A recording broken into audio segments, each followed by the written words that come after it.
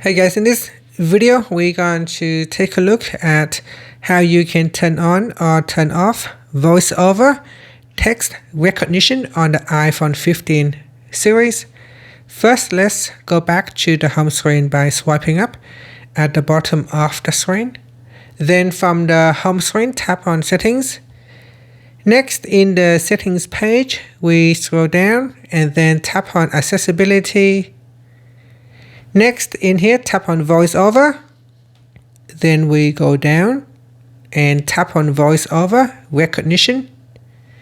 Then tap on Text Recognition. Tap on the toggle button to switch it off or turn it on. Once this is turned on, your iPhone will speak descriptions of text found in images. And that's it. After, you can tap on the back key to go back to Settings, swipe up to return back to the home screen. Thank you for watching this video. Please like and subscribe to my channel for more videos.